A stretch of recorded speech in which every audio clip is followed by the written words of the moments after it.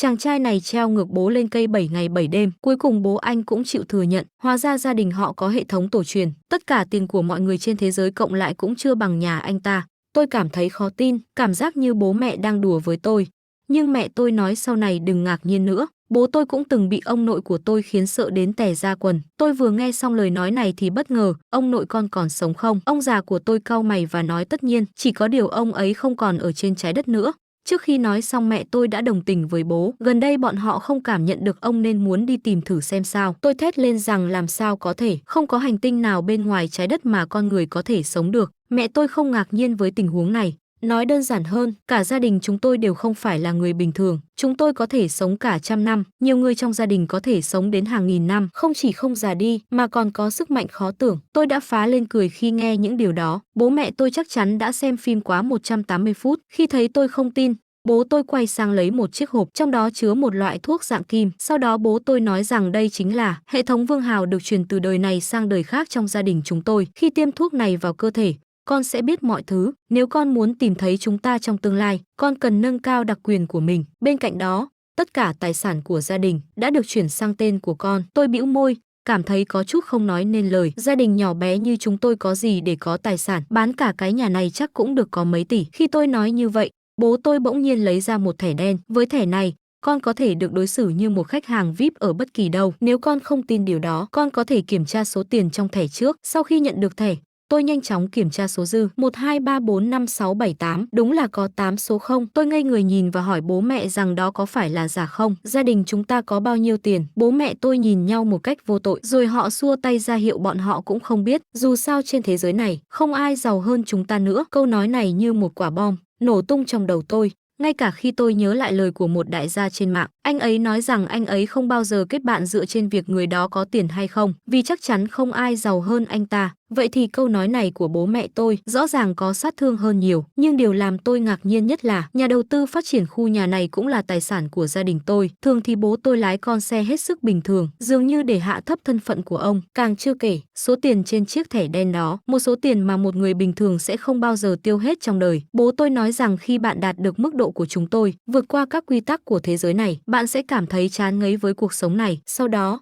mẹ tôi nói rằng nếu một ngày tôi chán ngấy với trái đất thì đi tìm bọn họ bên ngoài không thành vấn đề gì cả. Khi tôi chuẩn bị nói gì đó, bố tôi đặt ngay kim tiêm vào cánh tay của tôi. Tôi cảm thấy như bị muỗi đốt một cái. Sau đó, tôi ngất xỉu trên sàn. Khi đó, một tia sáng xuất hiện phía sau bố mẹ tôi, sau đó biến thành một tia sáng và bay lên trời. Lúc đó, tôi rơi vào một thế giới đầy số liệu. Đột nhiên có một giọng nói, mở khóa tất cả của cải theo mệnh lệnh của thế hệ tiền nhiệm, bắt đầu tạo nhiệm vụ nâng cấp quyền hạn. Hệ thống đã thay đổi chủ nhân. Không lâu sau tôi bừng tỉnh, tôi cảm thấy như mình vừa trải qua một giấc mơ. Bố mẹ tôi không chỉ nói tôi là đại gia, mà còn có siêu năng lực, nói rằng họ cần bay ra khỏi trái đất để tìm ông nội. Nhìn vào đồng hồ, đã sáng sớm rồi. Tôi nhanh chóng đứng dậy để tìm bố mẹ, nhưng không tìm thấy ai trong phòng. Hệ thống bỗng thông báo chúc mừng người dùng đời thứ 100, bạn không cần tìm kiếm nữa. Người dùng thứ 99 đã đi tìm người dùng thứ 98. Tôi bỗng nhận ra điều gì đó. Tôi nói với hệ thống bạn có phải là vật thừa kế gia tộc mà cha mẹ tôi nói không? Sau khi được xác nhận bởi hệ thống, tôi thở dài vì kinh ngạc.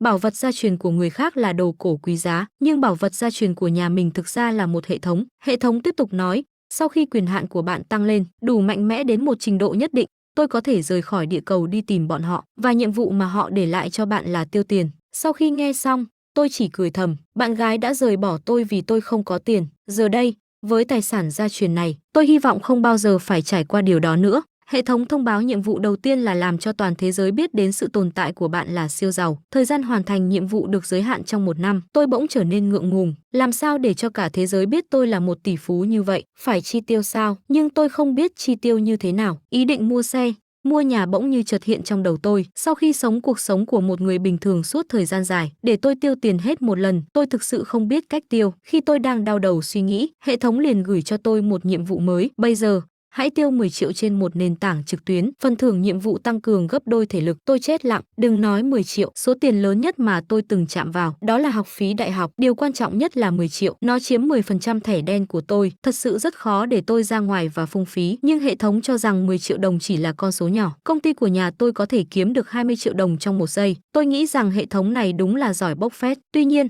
Hệ thống hỏi tôi về chiếc xe mơ ước của tôi là gì. Tôi nói ngay là chiếc Apollo Sun God. Sau đó chỉ trong vòng 5 phút, điện thoại của tôi nhận được một cuộc gọi từ một số lạ. Khi tôi nhìn thấy số cuối cùng là 38, tôi đã biết đó không phải là một cuộc gọi bình thường. Một người đàn ông trung niên ở bên kia nói: "Bạn là Lâm Thần phải không? Chúng tôi đã thiết kế một chiếc siêu xe độc nhất vô nhị cho bạn. Bây giờ chúng tôi đang đến để xác nhận bàn giao với bạn." Khi tôi nghe được những lời này, tôi lại thắc mắc rằng tôi đã đặt hàng khi nào. Liệu đó có phải là hệ thống giàu có đang làm? Nhưng làm thế nào mà nó làm được điều đó? Người đàn ông trung niên bên kia tiếp tục nói: "Chiếc xe sẽ được hoàn thành trong vòng 1 tuần. Xe có trang bị chống đạn và tay lái tự động, còn có hệ thống điều khiển thông minh. Chúng tôi sẽ giao xe trong 2 tuần tới." Tôi khiêm tốn nói lời cảm ơn, chỉ cần liên hệ với tôi khi thời gian đến. Đối phương kính cẩn bảo tôi yên tâm, được phục vụ tôi là niềm tự hào của họ.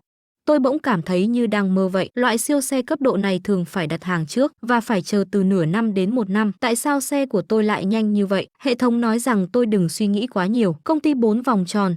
Bạn sở hữu 70% cổ phần. Bạn gần như có 90% tất cả hãng xe hơi trên thế giới. Ai dám kéo dài thời gian giao xe cho bạn? Tôi bỗng cảm thấy choáng váng. Tôi là chủ của công ty 4 quả bóng. Và có phải bạn nói với tôi rằng tôi cũng sở hữu cổ phần trong Ferrari và Rolls-Royce? Rolls-Royce và những thứ tương tự cũng có cổ phần của tôi.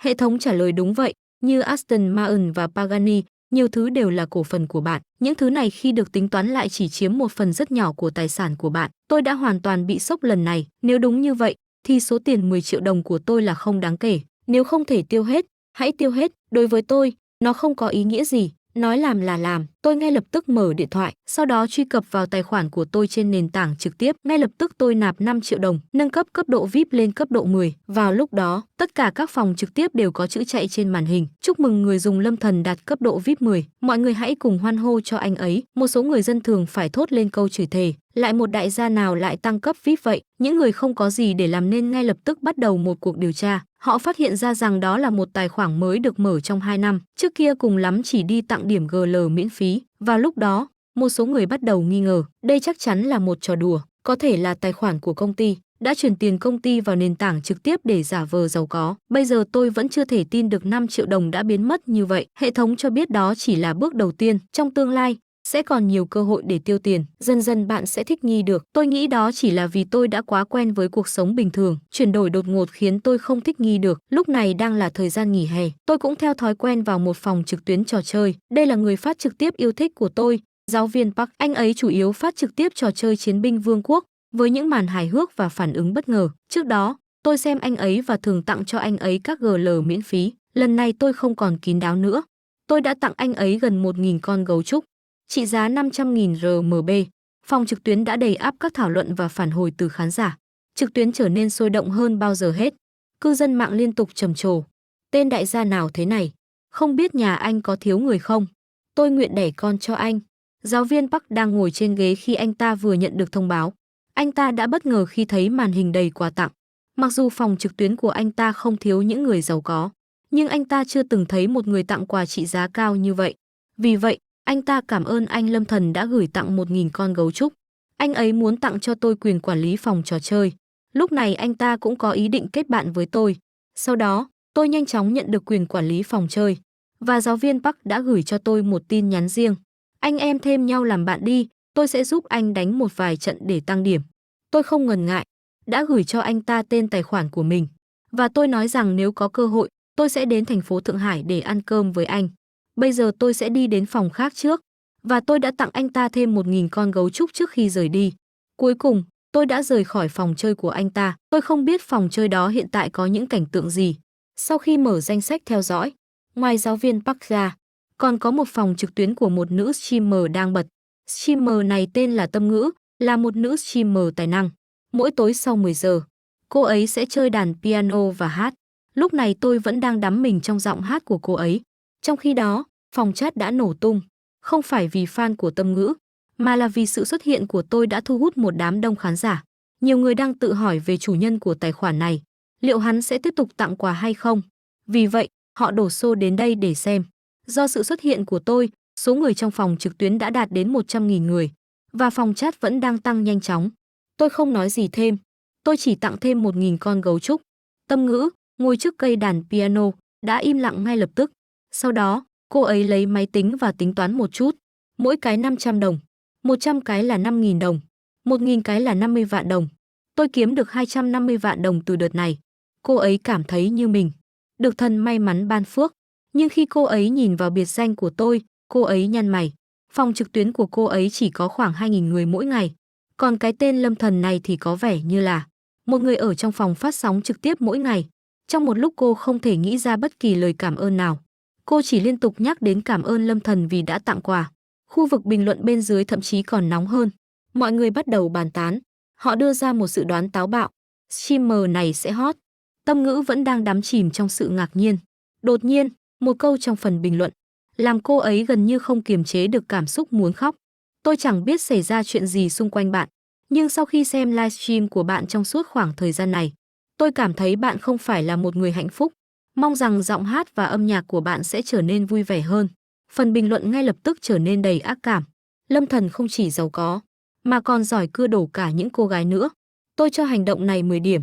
Tâm Ngữ cố gắng lau đi nước mắt, để giữ cho tâm trạng của mình bình thường trở lại. Sau đó, cô ấy hỏi Lâm Thần có bài hát nào muốn nghe không? Và tôi đã nói ra bài hát tiếng Anh mà tôi thích nhất. Ngay sau đó, tôi đã tặng 1.000 con gấu trúc. Và một lần nữa, tôi thu hút sự chú ý của các khán giả trong phòng trực tuyến.